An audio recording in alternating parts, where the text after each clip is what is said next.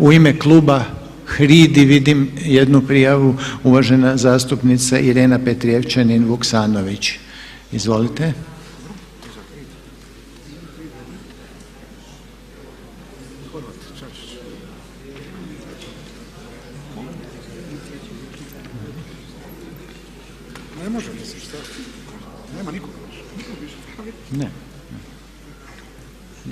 Poštovani predsjedniče Sabora, poštovane kolegice i kolege.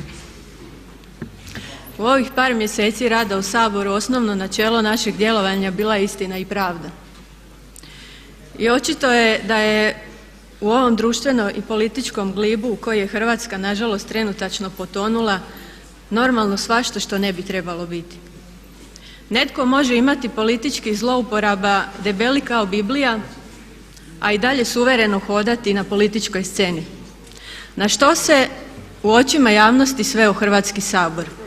Kredibilitet Sabora se godinama urušava. Došlo se tako nisko da se pjeva o njemu kao debilani, piše se da je Disneyland i svi znamo ko je kriv za to. Bila sam dijelom nečega što me istovremeno ispunjavalo ponosom, ali nažalost dijelom i sramom. Koliko narod vjeruje u najviše institucije države, u pravosuđe i ostale.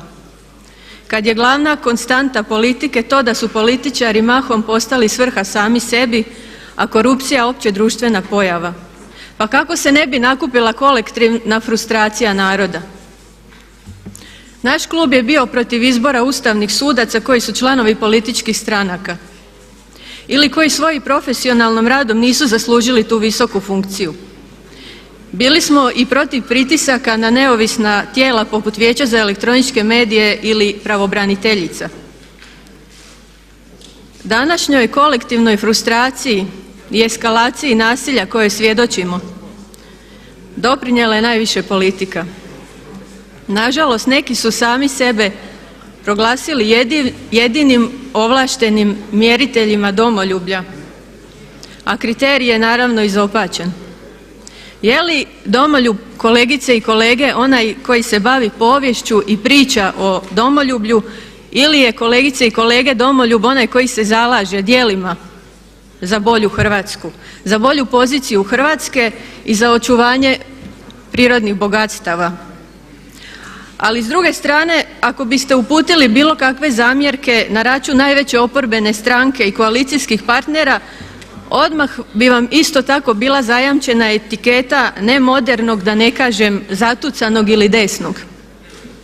Pa kolegice i kolege, jesmo li lijevo ili desno ako volimo Hrvatsku, ali nismo radikalni i ne mrzimo nikoga? Jesmo li lijevo ili desno ako pošteno radimo svoj posao i ne skupljamo političke poene na ideologiji ili blateći druge? Jesmo li lijevo ili desno ako nas se ne može kupiti vrećom novca i dosljedni smo našim načelima? Ne, kolegice i kolege, nije ovo demagogija. Jer demagogija je kad se govori nešto u što se ne vjeruje. Jedno se govori, a drugo se radi. A to je za narod najopasnije govorništvo.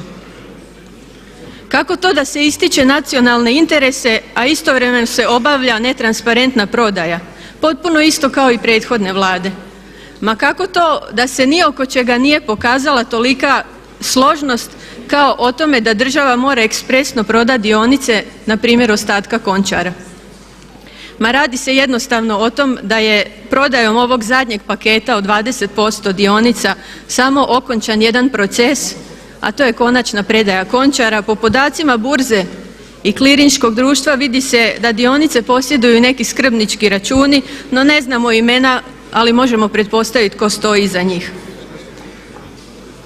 Predsjedniče, možete osigurati mir u sabornici? Kolegice i kolege, molim vas, dozvolite kolegici Petrijevčanin Vuksanović da kaže što je naumila reći, molim vas. Hvala lijepa, teško se nadglasavati. Vlada je radila jalovo i stihijski. Pričalo se o važnosti obrazovanja, a onda se stopirao posao reforme. Pričalo se o domoljublju i povijesti i sad vidimo da je kriza društva kulminirala pa trpimo i međunarodnu sramotu. Bio je onemogućen rad udruga, naročito ono što me zaboljelo je rad dječjih udruga i udruga za invalide koje i onako rade posao države. Pa pričalo se o reformama, ispada da najveća reforma koja će biti provedena je reforma HDZ-a. Što je s gospodarskim programom IFO instituta koji je bio toliko spominjan prije izbora? Očekujem da će se sad ponovno početi pričati o takozvanim usuglašenim popisima reformi jer je krenula predizborna kampanja. Na koncu, zašto smo bili za to da se raspusti Sabor? A zato što je njegov rad bio paraliziran i to je najpoštenije. Hvala svim građanima koji su nam se javili u ovih par mjeseci. Planirali smo potaknuti nekakve izmjene pojedinih zakona u dogovoru s kolegama koji bi bili za to, da bi pomogli prije svega djeci, invalidima, oboljelima od rjeđih sindroma i općenito onima koji su socijalno najugroženiji te tako pridonesemo socijalno pravednijem društvu.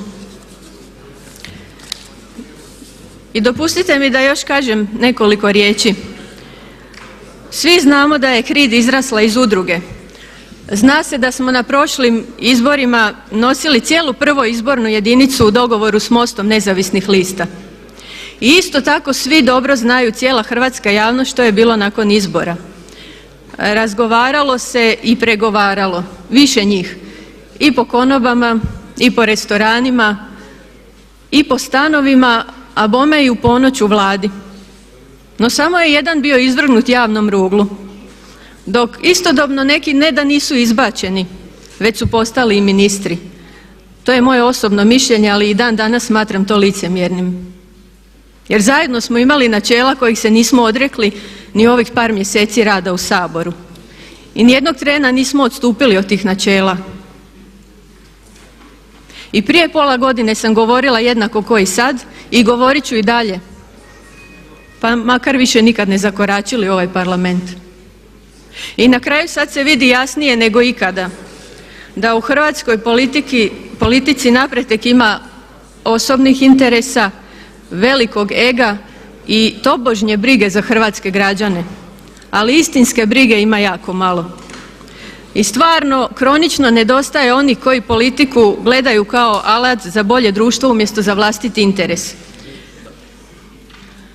Pa Hrvatska je praktički pred bankrotom, makar niko to ne želi reći. I došli smo do granice podnošljivoga. I jasno je svima da politika više ne može biti svrha sama sebi. Politika ne može biti sama sebi dostatna. Jedina nada je da se politika poveže sa znanstvenom i civilnom zajednicom, te iznjedri takozvano bolje upravljanje. Mora doći do šireg dijaloga. Ali kolegice i kolege, o dijalogu svi danas pričaju, a stvarnog dijaloga s rezultatima za bolje društvo nema ni za lijek. I nakon svega nadam se da će se dogoditi katarza, a na posljetku nada umire posljednja. Hvala lijepo.